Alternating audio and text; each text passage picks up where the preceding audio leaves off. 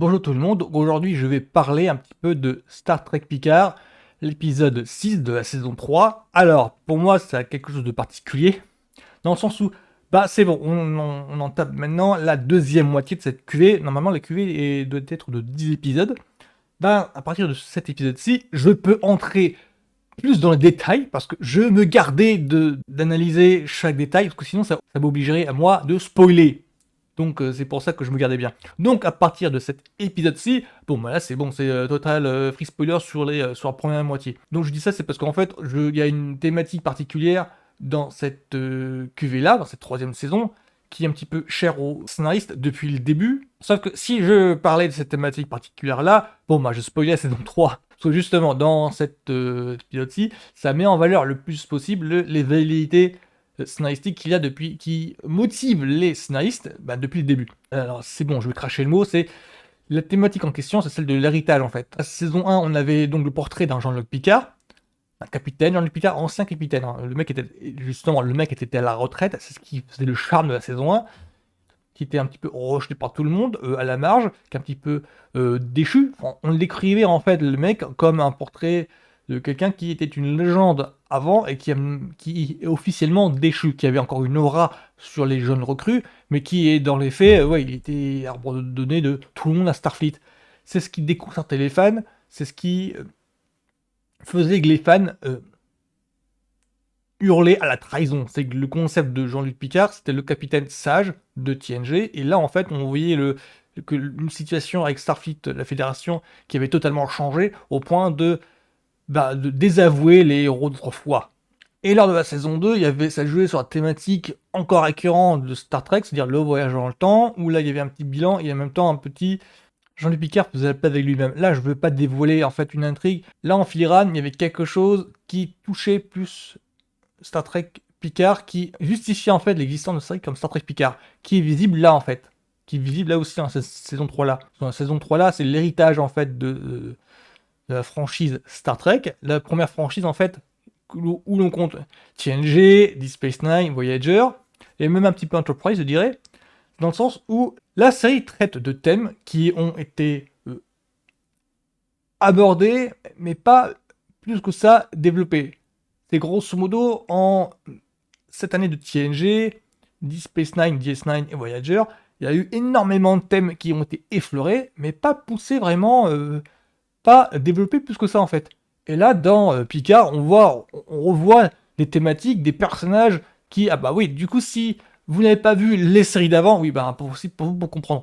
D'où l'utilisation abusive de ce qu'on appelle le fanservice. Moi, je n'aime pas trop utiliser le terme fanservice parce qu'il y a un petit côté méprisant. Moi, je viens d'une époque où on utilisait ce terme pour tout n'importe quoi, juste pour justifier le terme que on rejette cette fiction. Oui, mais toi, t'es fan. T'as aimé, mais t'es fan. Même si c'est un navet, tu aurais accroché. Parce que justement, pour moi, un fan, c'est quelqu'un qui a les clés pour pouvoir mieux apprécier le truc. Soit à travers l'utilisation du mot fanservice, je sens un petit mépris. Mais ce que moi, j'entends en fait, à travers l'utilisation du fanservice, j'entends, alors cette culture de merde, je ne la connais pas et je ne veux pas la connaître. Voilà ce que j'entends par fanservice. Alors que là, dans Star Trek Picard, ce que j'appelle moi du fanservice, c'est vraiment genre les multiples références, les multiples apparitions peut-être connues, enfin easter egg, tout ce que vous voulez.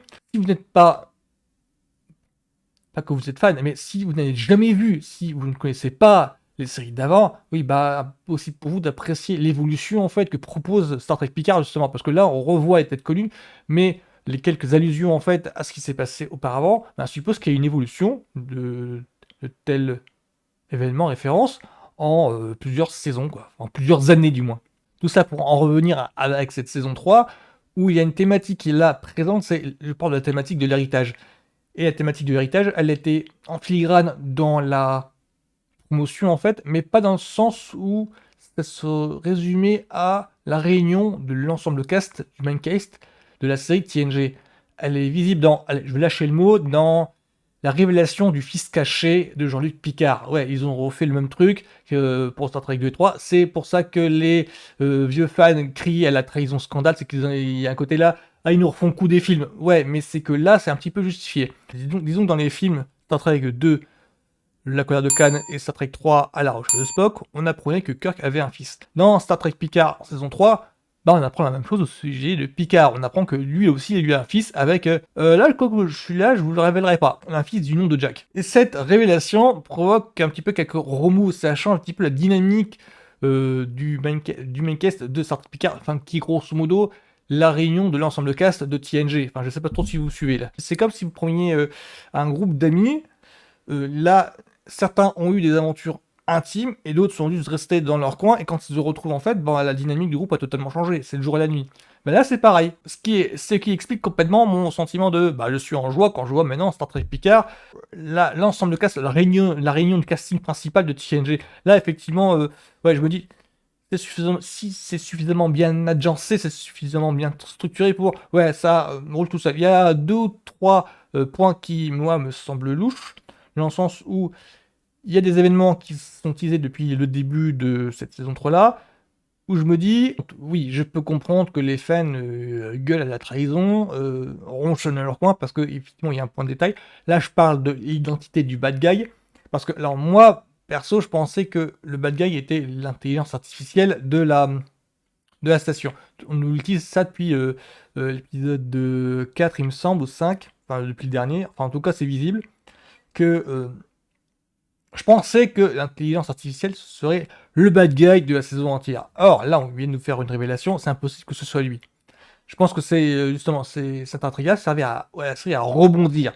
Parce qu'en plus, l'intelligence artificielle en question a été teasée dans la promo, et moi je pensais que ça aurait été une des figures emblématiques de cette saison 3. Parce que justement, l'identité de cette intelligence artificielle, c'est un gros clin d'œil aux fans. Le souci, c'est que alors, ils l'ont dévoilé lors de la promo, dans les bonnes annonces. Alors moi, je l'ai pas reconnu tellement ça faisait référence à un événement genre sur les 160 épisodes que compte TNG. Il est visible que sur 2-3 épisodes. C'est vraiment, il faut vraiment se retaper la série pour voir, pour reconnaître l'acteur. Pour vous dire à quel point c'est vraiment du référence pour fan hardcore. Alors là, c'est balayé, l'identité est balayée en 2-3 scènes. Donc oui, bon bah c'est machin. Donc allez, on passe à autre chose. C'est oublié dès la fin de l'épisode, là, quand même. Et alors que moi je pensais que ça aurait été l'identité de l'intelligence artificielle proprement dite qui régnait, qui régissait la station entière. Je pensais que c'était lui le bad guy quoi de la saison entière. Or non. Or le souci que j'ai maintenant c'est mais qui est le bad guy qui tire les ficelles?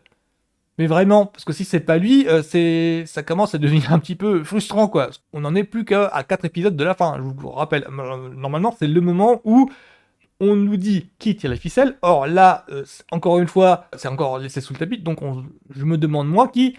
Mais c'est qui le bad guy là? C'est parce que là, ça devient inquiétant. Là, on est un peu à 4 épisodes. J'ai peur que ce soit bâclé. J'ai peur que l'intrigue soit bâclée au profit d'un fanservice réunion ensemble cast. Alors moi, je pense que simplement, ils ont tellement travaillé la thématique de l'héritage, en fait, que cette saison 3 là, ça va être on réunit tout le main cast pour que chacun puisse faire un bilan et penser à l'avenir. Je pense que ça va être juste ça. Parce que l'intrigue là de thriller action, c'est un petit peu l'emporte-pièce. Ça reste encore tendu, encore haletant. Hein, ça fait un bon épisode de SF Action. L'air de rien, en fait, Star Trek Picard réussit à être largement meilleur que Nemesis.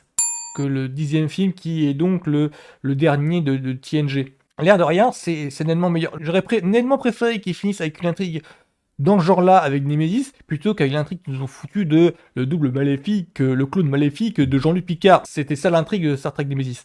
Tout ça pour vous dire que cet épisode 6 de la saison 3, bah pour moi pleinement satisfaisant. Je suis en joie quand je vois là où on en est la franchise Star Trek, parce que dans les déclarations des producteurs et des scénaristes, bon bah c'est totalement cohérent à l'image en fait. Oui, il y a une logique. Oui, il y a une logique. Moi je conseillerais bien. Le seul problème c'est ça et le fanservice. Le seul problème c'est ça. C'est vraiment, ils veulent voulu faire une espèce de bonbon aux fans. Maintenant, le bonbon est mal pris, j'ai l'impression, par les fans hardcore parce qu'ils n'acceptent pas l'évolution qui est sous-entendue dans la série en particulier. Je veux dire dans cet épisode-ci, mais c'est valable pour toute la série en fait. Ils ont du mal avec l'évolution là. Je pense que ils rehausseront, ils reverront à la hausse la série peut-être dans 2-3 ans.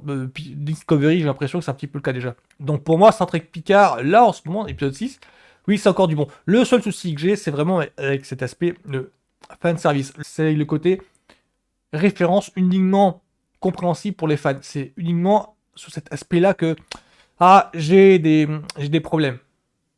Pas de problème dans le genre je suis fan, donc je suis le seul à apprécier. C'est des problèmes dans le genre où c'est le problème du comment conseiller ça. C'est moi je prends mon pied à voir la série, mais le problème c'est comment puis-je le conseiller? Comment, avec quels arguments puis-je conseiller ça à un public lambda, random, enfin un public qui ne connaît rien, qui connaît de Star Trek que le côté la série ringarde avec du pyjama, que le côté, ce côté-ci. Donc comment conseiller? Je dirais peut-être que Star Trek Picard, cette saison 3 là, ça se veut plus action aventureuse, plus sombre que les films de Abrams, que c'est le même délire niveau mise en scène, c'est pris sur le vif encore, il y a beaucoup de caméras à l'épaule, donc ça profite du numérique, que là on n'est plus avec de la maquette, là on est plus avec les visions de bataille spatiale sont plus amples par exemple que dans la vieille série, ce qui est normal, ils ont plus de moyens, peut-être avec cette optique-là, peut-être avec cette manière de présenter là, parce que la série Star Trek Picard, ouais, elle vaut le coup, mais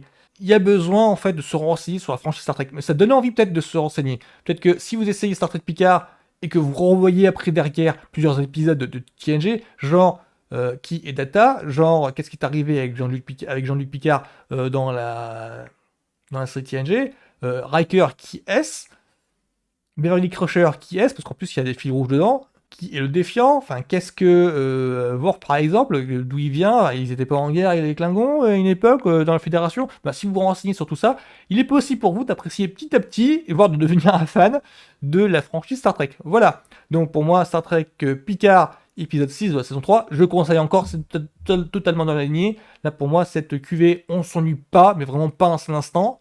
Donc moi je suis en joie. Je précise, je suis fan de Star Trek, j'ai croché sur la franchise depuis les années 90, au moment où TNG et DS9 et Voyager étaient sur Canal Jimmy, j'ai croché à partir de ce moment-là, au moment où la saga franchise était ringarde, donc effectivement je ne suis pas objectif, je le reconnais, hein, mais je le conseille bien. Donc pour moi, Star Trek Picard, épisode 6 de la saison 3, pour moi c'est encore du bon, c'est encore du très bon Star Trek. Donc je vous laisserai sur ça. Donc bon week-end à tout le monde, ciao.